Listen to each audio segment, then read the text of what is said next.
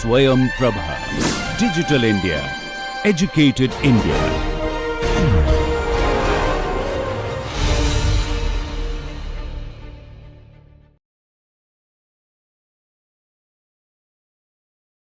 So, we have now come to the end of our course, and though all the topics that were intended to be covered have been covered, I would like to sum up today partly by recalling what has already been discussed and also trying to indicate and possibly speculate on what lies in store in the future. As we have seen that the method for this particular course was that we used history in order to understand the present and probably have a grasp of the future. So, what we try to achieve through this course is we looked at the past, we looked at how communications technologies over time, over history has evolved, and try to link it to specific kinds of social organization, political organization that human beings engage in, the relationships that human society forms with the progress, with the movement of various communication technologies. We of course began with the oral and the with the forms of oral composition, and then we realized that oral composition, the predominant form was that of poetry, and poetry was not a linear form, but it was it was formulaic, or it is formulaic still, because parts of poetry is remnant of the oral form, or poetry writing as a form, a remnant of the oral era. So, but poetry is held together through rhyme, rhythm, as well as through various kinds of compositional formula, so which helped bards and poets to remember, to memorize specific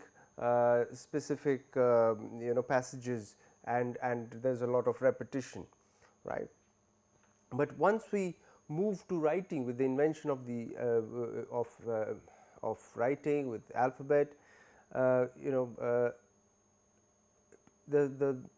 human investment in memory reduced quite a bit, and slowly, because of the very form of writing, because of the media, the particular surfaces on which writing did take place, it lent a certain kind of linearity, and this linearity is not merely a linearity of syntax, but also in the format in which knowledge was stored.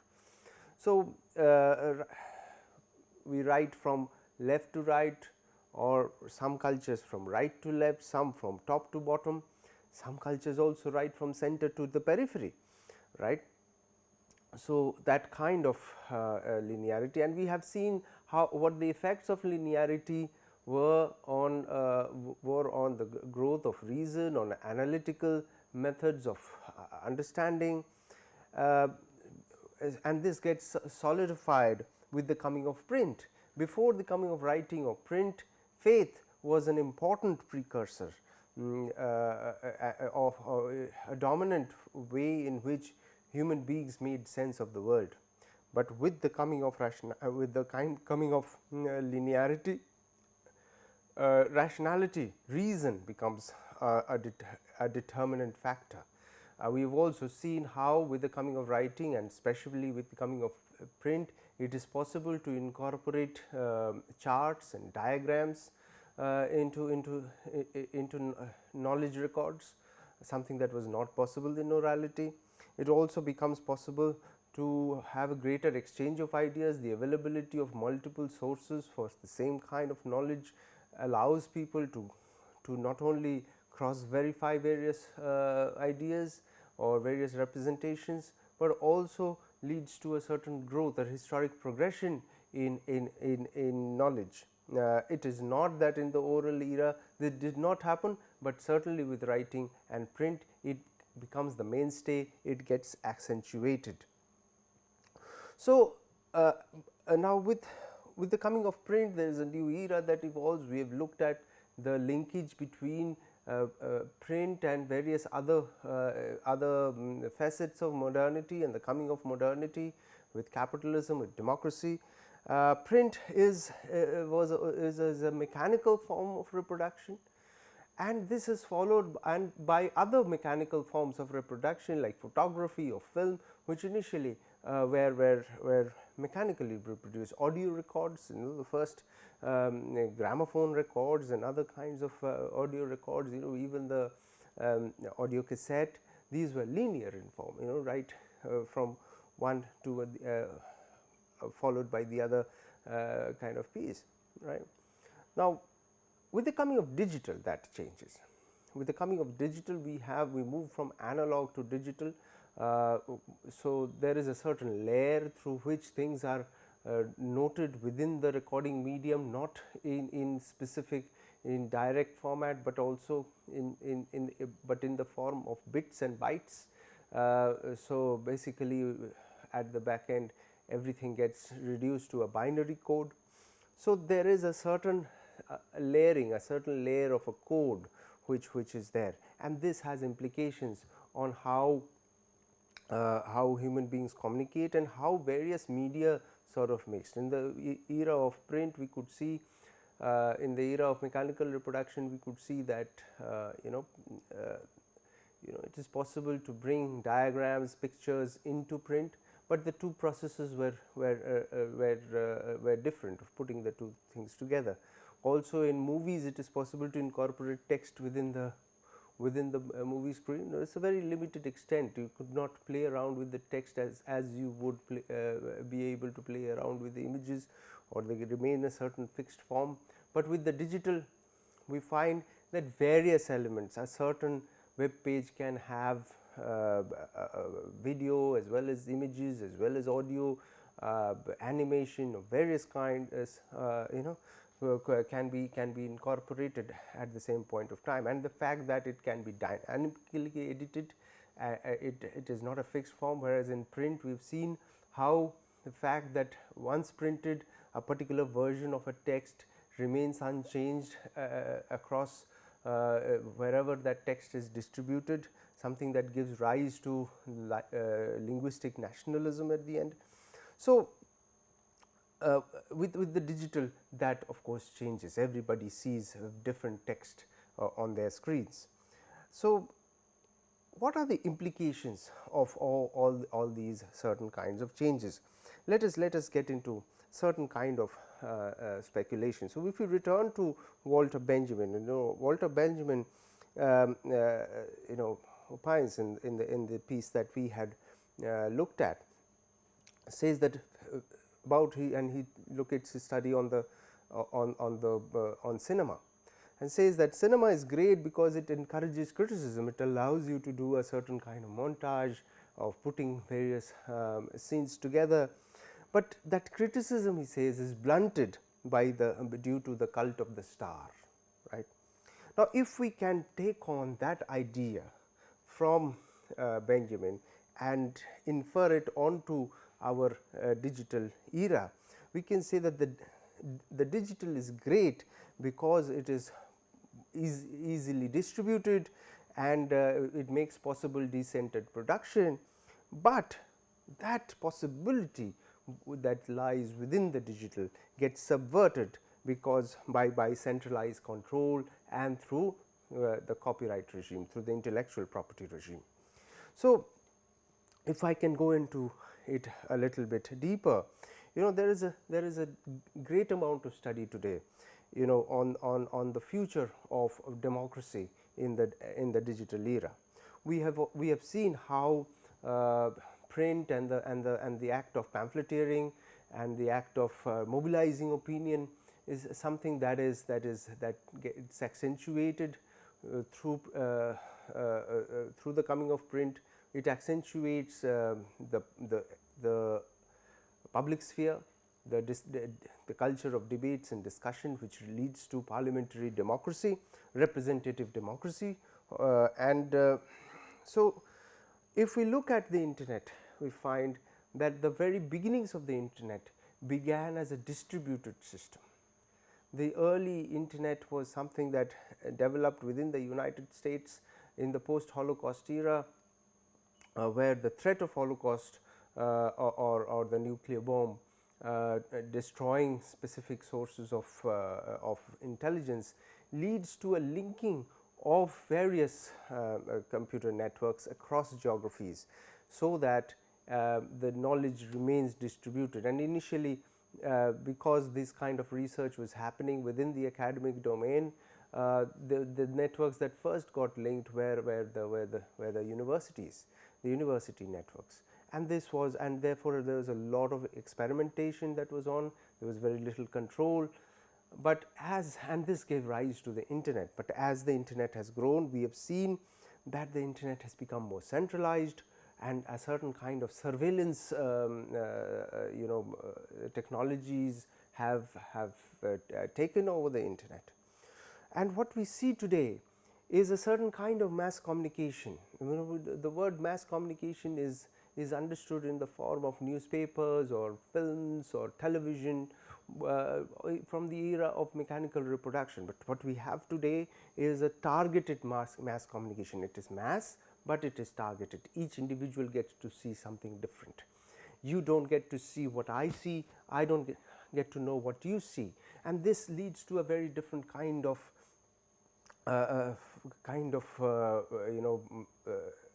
mass appeal. Because if you look at the newspaper, or newspaper stories or advertisements or political canvassing, it is something that is available for everybody to see. A particular kind of pitch, a particular kind of message that is there is open to everybody, and therefore it is open to criticism, it is open to correction, it is open to challenge. But in the case of the digital media, the way campaigning happens, the way advertisements are customized, even your news feed on specific applications, or browser based as well as mobile apps, they are specific to each person. So the other person, nobody else sees what you really see in that exact combination. So it becomes very, very difficult to critique or to refute, and that leads to a breakdown of the very, very basis of democracy, which is that of debate. So we have seen now that there is a rise of fake news. People pass off various kinds of news, people start believing certain kinds of news. What has also happened is that today, due to the to the penetration of mobile telephony and mobile internet, a lot of people who have not ever engaged with print at a deeper level, they now have access to the internet, and therefore they do not know how to deal with the messages that they get on internet, and this leads to this mass circulation of viral circulation of fake news, leading to some catastrophic events which all of us know about in the recent past. It also leads to massive amounts of trolling, where people attack others sometimes in unsavory manners, and that leads to a certain kind of online harassment. So, if we are linking print, rationality, the linear format with the rise of democracy, what is it? What kind of political system will the digital media bring about? Because what we have already seen through what we have studied about copyright, we have seen that the digital media has the possibility, if it was a distributed non-centralized media, it is possible that it actually leads to a certain kind of direct democracy, a kind of a democratic referendum, where you do not need representative democracy anymore. for on every question every citizen has a right to give an opinion. That is possible, but within a centralized and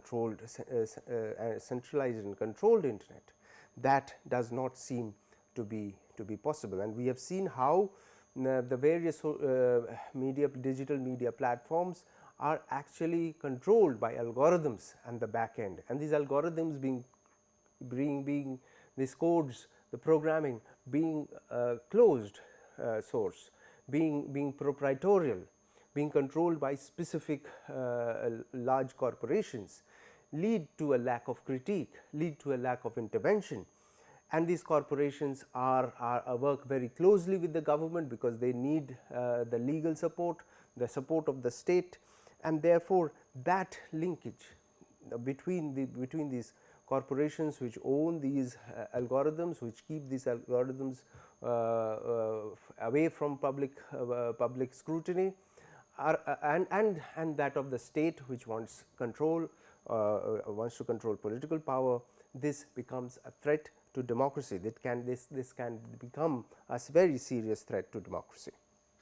Other than that, we also looked at the issue of human cognition and the fact that the non-syntagmatic form, the non-linear form can perhaps lead to a dissipation not only of human attention, but also of rationality. And this is linked to the previous point that I discussed about the rise of fake news and the believability of or culpability of people towards fake news. What are the implications of this lack of human attention for future knowledge acquisition? Whether we have seen how the coming of the alphabet, with the coming of writing, knowledge gets more democratized, right? If you are literate, then you can have access to texts. But what is this reduction of attention span going to do to the institutions of knowledge? What kind of knowledge distribution will take place in the future? Which way are we headed? Is a very important question.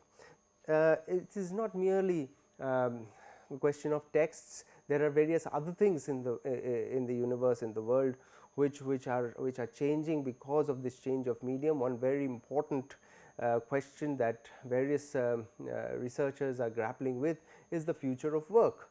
Now, we have seen with the coming of capitalism, there is a certain kind of surplus, and in fact with every new mode of production, the way the surplus is generated and distributed undergoes a change.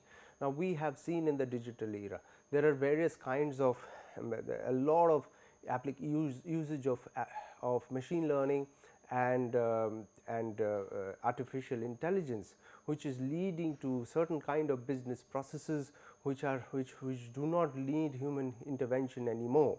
There are many things that can be done purely by machines, by a very intelligent kind of computer. Of course, the computer is not intelligent, it is ultimately programmed by human beings, but it can function very sophisticated tasks, and this can lead to certain kinds of, not only on the one hand, job losses. What the real face of the job losses is that the profits generated, the revenue generated by a certain production process gets concentrated in fewer hands. So the skew in terms of wealth sharing across the world is going to become more and more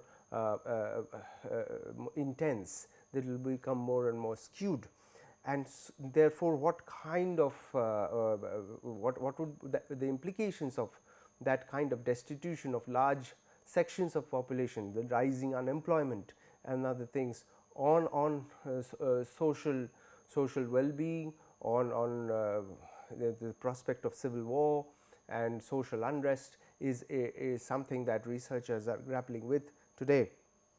And we see that, and I would like to link that question to the question of democracy. Finally, I would like to leave you with the idea that because in terms of from the point of view of literature, something that is or the larger humanities, something that is very important is that the texts that are there, the texts that are there are produced electronically or are stored in a digital form, we know that there is a certain layer, that there is the layer of the code and the layer of the UI, the user interface. Whereas the user interface is something that the human eye can read, the code is machine readable. And that being so, we have the possibility of now using various kinds of machine tools, various kinds of programming tools through which we can access the data that is there behind the texts and use very large algorithms to actually read through those texts and look at certain kinds of patterns. So, today it is possible to actually ask a question immediately of hundreds and thousands of books at a time, right, something that was not possible earlier. If you had to analyze a certain text, you had to read it closely. So, therefore, literary methods, something that is associated with close reading, looking at the specific nuances. But today we have mechanisms are developing within the field of digital humanities to actually use code to read through and pry open patterns within a certain text with or through hundreds of texts, if multiple texts at a time, and this is called the distant reading method. And the distant reading method can throw up some newer truths before our eyes, something that is hidden from the human eye hitherto, because the human eye is capable of only really doing close reading, but with the help of machines, with the help of the computer, we can actually pry open newer forms of reading literary texts. So, the possibilities of that open up for research, for further learning and knowledge creation are immense in the digital media. But what is important for us for each point of time is to keep our feet on the ground and understand where the evolution of various forms of communication. We should not lose sight of the fact that there was a point of time when there wasn't a digital media, and human beings, in fact there were no mechanical forms of media as well, when human beings communicated using their bodies, their voice, their hands and gestures. So, the performative to the digital is the trajectory that this particular course has tried to take. I hope you have enjoyed the course. I hope you have learned a little bit, and hopefully in the future we will discuss this further. Thank you.